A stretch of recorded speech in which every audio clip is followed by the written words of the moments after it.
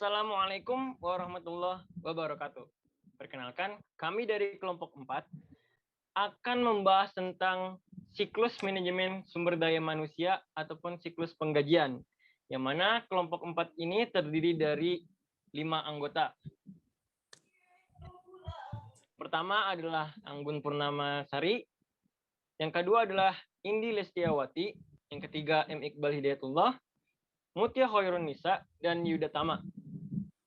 Pembahasan pertama akan dibahas oleh Anggun Purnamasari. Kepada Anggun dipersilahkan. Terima kasih, Iqbal. Jadi yang pertama untuk pengertian siklus SDM atau penggajian. Untuk pengertiannya sendiri, siklus manajemen sumber daya manusia dan penggajian itu adalah aktivitas bisnis yang berulang dan operasi pemrosesan data yang terkait dengan manajemen yang efektif atas tenaga kerja. Aktivitas siklus penggajian itu ada beberapa langkah yang diterapkan setiap perusahaan yang membayarkan gaji karyawannya melalui sistem penggajian berikut. Jadi yang pertama itu ada melakukan update file induk penggajian. Yang diupdate apa aja? Yang pertama itu penerimaan tenaga pelaksana, pemberhentian karyawan, perubahan tingkat gaji karyawan, dan penyesuaian gaji karyawan. Yang kedua ada perubahan tarif dan pajak.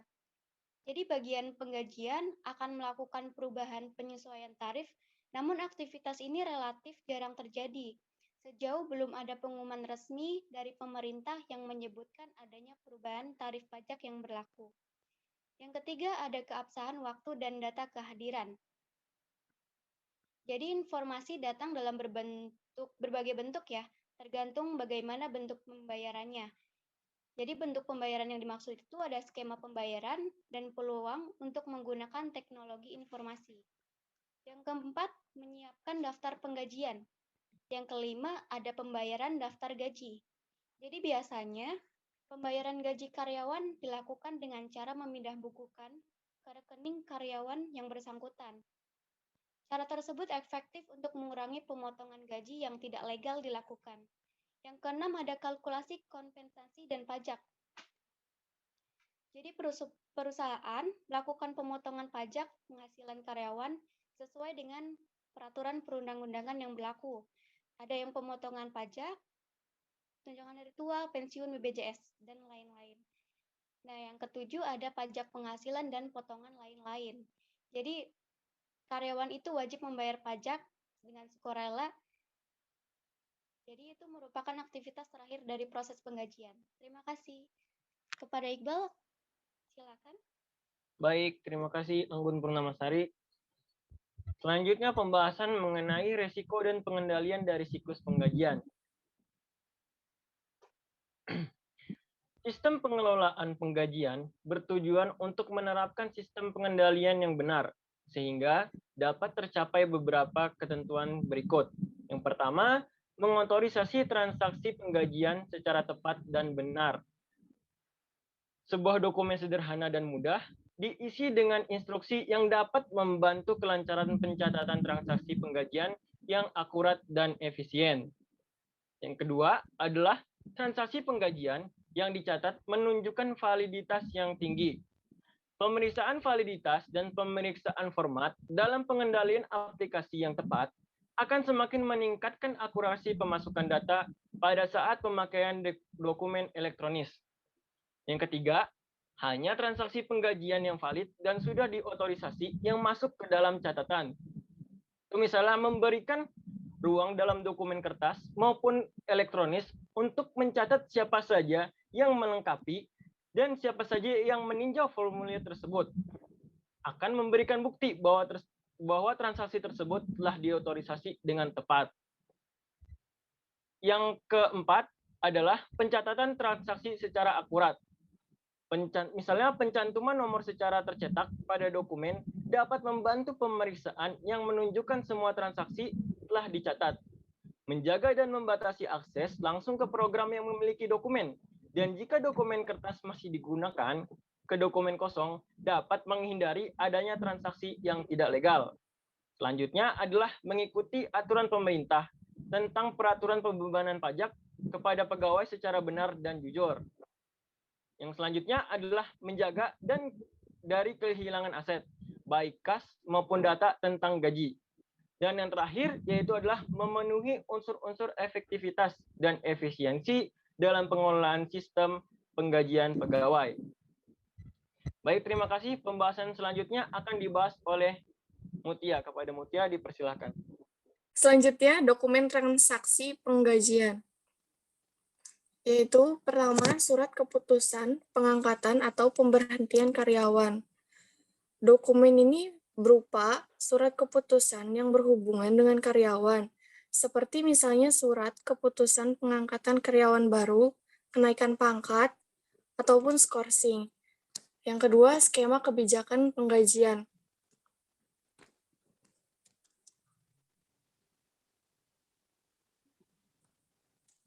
Yaitu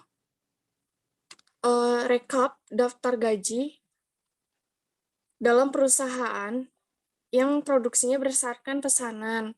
Rekap daftar upah dibuat untuk membebankan upah langsung dan hubungannya dengan produk kepada pesanan yang bersangkutan.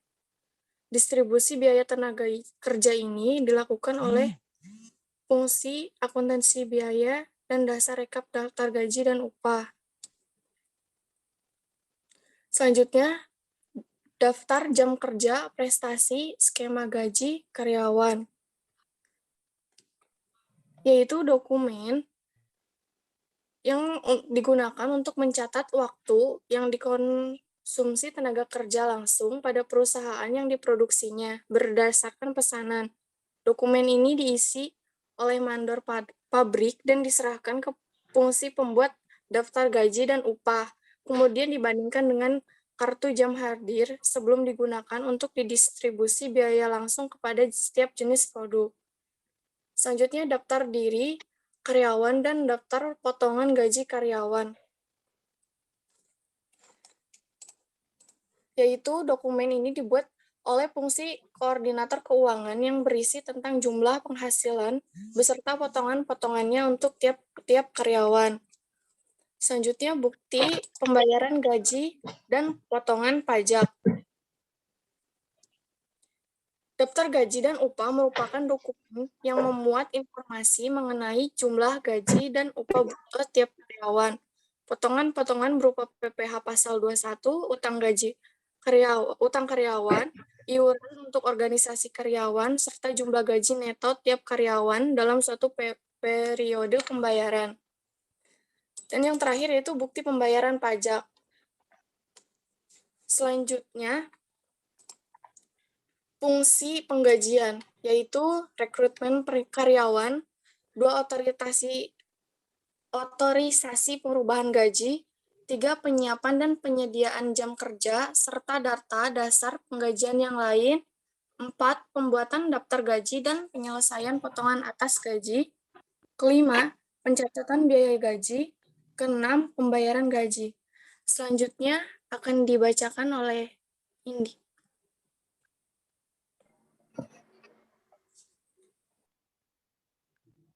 Berikut flowchart PT Duta Hidayah. Bagian personalia.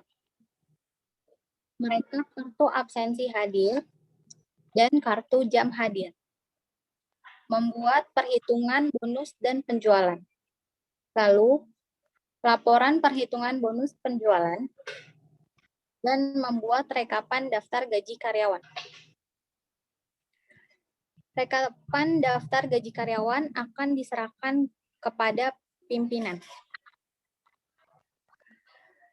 Setelah pimpinan sudah menerima rekapan daftar gaji karyawan, pimpinan akan mengecek daftar gaji karyawan tersebut.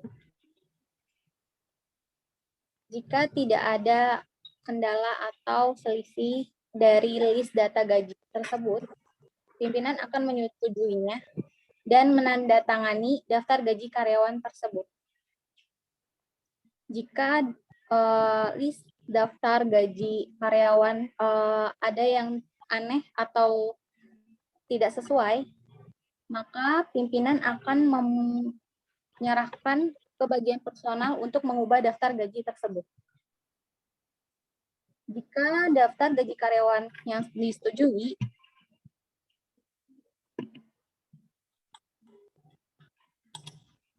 maka pimpinan akan menandatangani cek dan gaji dan slip gaji. Lalu cek dan slip gaji yang sudah ditandatangani akan diserahkan ke bagian keuangan.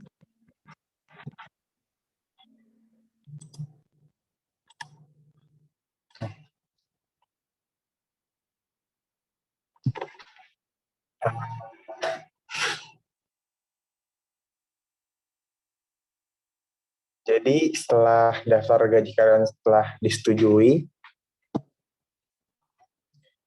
setelah itu kita harus merekap laporan gajinya. Kemudian laporan gaji karyawan, terus membuat slip gaji pada kedua. Kemudian habis itu data transfer gaji yang ditandatangani, terus melakukan transfer gaji kepada karyawan tersebut. Kemudian langsung ke bagian kasir. Pada bagian kasir, dilakukan slip gaji pertama dan kedua. Kemudian membuat data transfer gaji. Kemudian slip gaji tersebut sudah diterima oleh karyawan.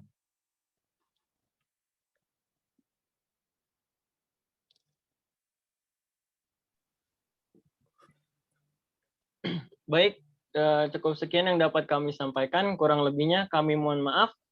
Wassalamualaikum warahmatullahi wabarakatuh.